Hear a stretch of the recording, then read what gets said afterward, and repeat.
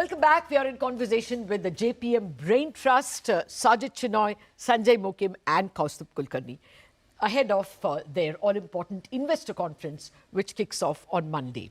Gentlemen, thank you very much for your time again and waiting on. Sajjid, the currency. Now, if a 3.4 is the end rate of the Fed funds rate by 25, and 24 itself it will be 4.4. The dollar is moving towards 100. Yes. Do you see, does your US team pencil in a fairly much cheaper dollar below 100? Yeah. And what happens to the rupee? Already appreciated from 84 to, closer to 83.60. Again, it matters why the Fed is cutting. If the US does not go into a recession and there's a gradual slowdown and the Fed is cutting and this is a soft landing, the dollar will weaken, right? And in that environment, all emerging market currencies will strengthen. But if the US slips into recession, historically that's been a risk-off event. Yeah. And then the dollar strengthens. So it really matters why the Fed is cutting and what the US growth backdrop is. In the case of the rupee, I think we should be realistic here. Don't expect too much rupee appreciation. I think the central bank has correctly ensured that the trade-weighted real effective exchange rate has been broadly stable. China has massive excess capacity that's flooding into all countries, including India. There are risks that if China continues to disappoint, the CNY will depreciate. The last thing India wants to do is give China a further cost advantage by letting the rupee strengthen. So if exports are our focus, if the focus is to reduce imports from China, we don't want a stronger rupee. Absolutely. Right? And so in a world where the dollar is weakening and other emerging markets are strengthening a lot, if the RBI correctly buys dollars and does not let the rupee strengthen, in trade-weighted terms, the rupee is weakening, and that's good for competitiveness. Yes. One last thing I'll say is our reserves, people keep asking, why is the RBI hoarding so many reserves? Our reserves are not earned reserves like current account surplus countries. Our reserves are borrowed reserves through capital inflows. For every dollar the RBI has, there's a dollar sitting in the economy, a liability in the economy which can unwind. So I think the strategy has worked so far. Expect if there's a large BOP surplus, the RBI will buy these dollars and any rupee appreciation will be very, very modest. Okay, very modest. Very modest. But, just a word more on growth. As it is, the trade deficit was, widening. In the last August number is not very flattering. Yes. So, do you think that exports are already finding resistance in global destinations? I think exports fell by 9.3%. Not a small number. I mean, the main reason why the trade deficit balloon was gold imports. Yeah, of course. But you're right. I think the manufacturing goods cycle around the world is struggling.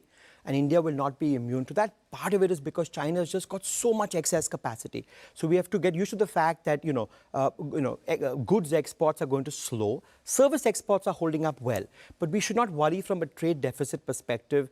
No, not trade deficit. I'm worried from a growth perspective. No, it's a very important concern that the combination of the goods cycle slowing and Chinese excess capacity means the goods sector around the world is struggling, and India will be no exception to that. So we'll have to hope for the fact that if X doesn't provide as much support, then C and I, right, consumption and investment, have to make up the difference. Okay, you're getting into an economics class now. Okay, Kaustubh, the more important thing is EMS company. Do you see this China Plus One continuing? We have seen fair amount of success in the EMS stocks, the Dixons, even the Tata Electronics. The South is seeing a burgeoning of investments. Will that continue? Yes, for sure, Latha, because India has started the whole value chain on a very integrated basis on EMS side, and the amount of client dialogue that we are seeing from some of the most sophisticated product companies who want to get their products manufactured in India has substantially increased in the last 12 months. And that goes for EMS and also for some of the more high-end stuff like semiconductor.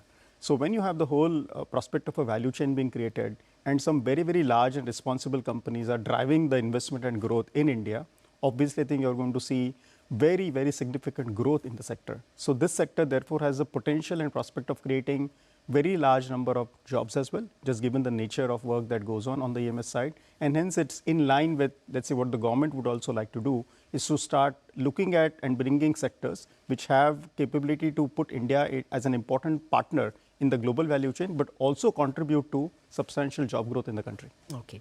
Sanjay, on that, are these attractive stocks?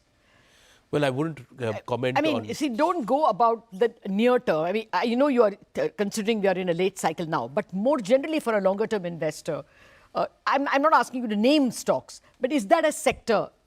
There are two sectors which have burgeoned. This EMS sector, those making Apple iPhones and laptops and assembling, as well e-commerce.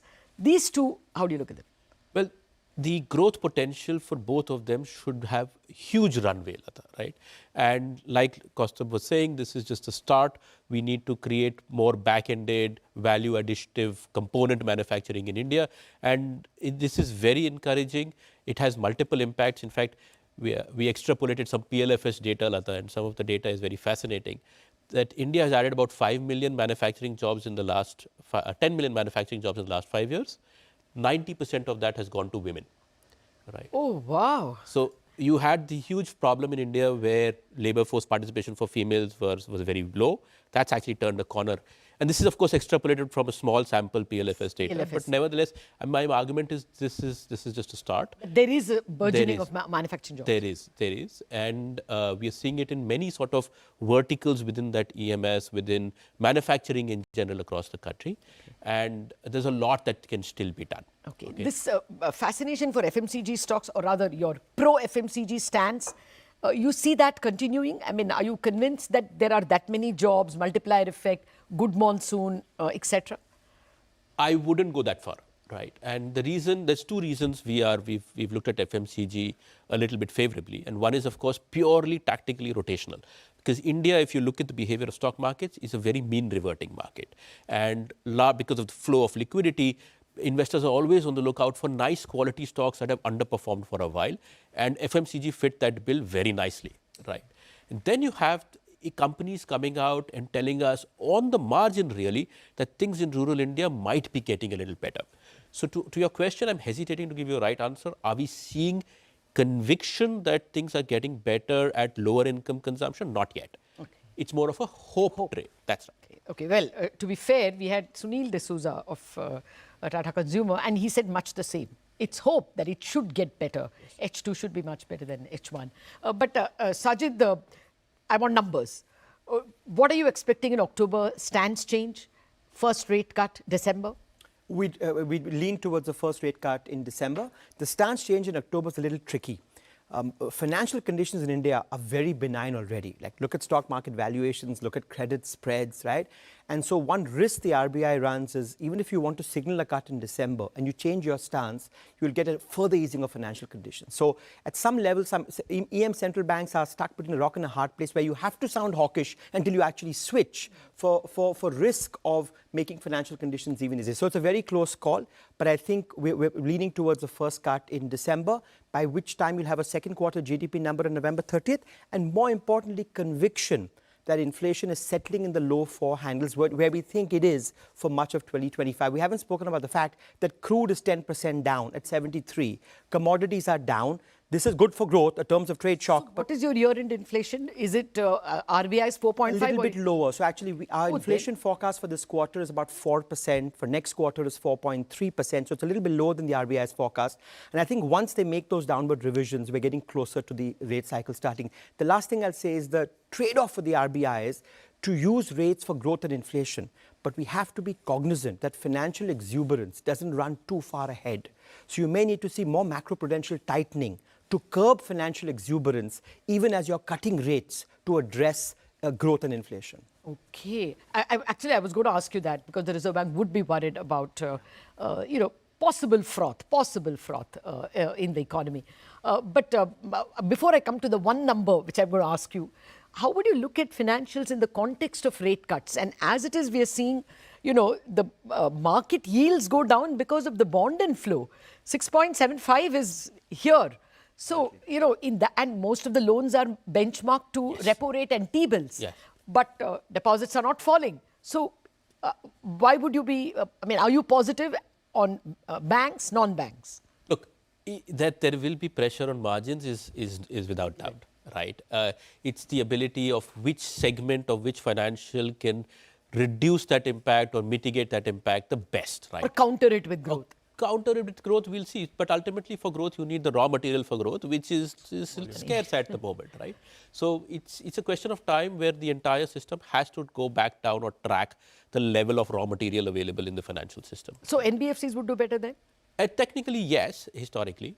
But we must also remember that they are not direct deposit taking, right? So they have a disadvantage. So their structurally. cost of raw material also goes up. Exactly, right? So it's in this sort of setup, the deposit franchises, the PSU banks who are flush with liquidity, at least relative to others, look a little bit better, to be honest. But we do like some segment-wise NBFCs where we see the underlying business demand being strong enough to mitigate it. So you have to be a little bit nuanced with the view that everybody's margins is coming under pressure. Okay, well, the number question first to him and then to you. Do you expect, Kaustubh, that the FII flows, just gets unblocked next year? People wait and then go overweight on India, or at least equal weight on India. So what would your forecast be of FII flows next year into equities, next 12 months? I think there are two key themes that are driving the forecast for FII flows. One is, of course, more than last 12 months? More than last 12 months. Okay, yeah. And substantially more. And maybe at least 10-20% more, just because of the quality of supply that is going to come to the market. So I think we always need to look at FII flows in terms of capital market activity. FII flows is not only chasing secondary market purchases. Indian capital market, just to give you some sense, Latha, in 2020, the peak for global equity capital market volumes was in 2021 for all markets. India is the only market where I think so far we have almost raised $45 billion of equity through primary and secondary. By the time we are completing this year, we will get to $55 to $60 billion of total equity raised in the market, which is 40% higher than our 2021 level. And everywhere in the world, all other markets are 20 to 40% lower. Oh. So when you have this amount of volume of activity, then it is just not logical or possible that FIIs will not be very, very closely tracking. And we at least don't see any reason or clouds on the horizon why this momentum that I think we have created is going to slow down getting into 2025. Just one word, are there more investors queuing up for your investor conference this time? Yes, so I think this year we have about 1,000 people attending our conference. Okay. The number of investors, and we stopped registrations because we couldn't accommodate physically, I think, the requests we are getting. But we are about 35% higher in terms of number of equity investors who are coming up. And more importantly, a very good mix between Asia, Europe, US, and of course, India. So we are getting, hopefully, I think, what is this telling? I think it's just telling that investors also are deeply caring about what's happening. And therefore, if they get a good platform like us, they are keen to participate. The most important question. Therefore, what's the kind of equity gains, not just Nifty, I mean, generally for the investor in 12 months, in 24 months? We are relatively cautious on that front because the Nifty is close to the upper end of our forecast range for this year. And this, of course, you struggle to argue that, returns will be generated only on multiples, right? You need to see earnings growth. For FY25, the base case consensus is about 12%, but in the first quarter, we've got sub 5%, yes. Right? So there is a little bit of a tone of caution we're using, and we believe that there needs to be a healthy consolidation or maybe, let's say, a correction even before we start to talk of further strong returns. So not in the next 12 months, but the next 24 months are glorious. Yes. So look, ultimately, equities are relative growth instruments, right? If India's growth sustains, then returns will come. It's as straight as that. This is an unfinished conversation. We'll catch up. But that's the optimistic story coming in from JPMorgan. We are going to see a lot of foreign investments coming in. Yes, growth will slow a bit because we are in the mature part of the cycle before it picks up again with both government capex and private capex kicking in. That's it on this edition of the JPM Brain Trust. Thanks for watching.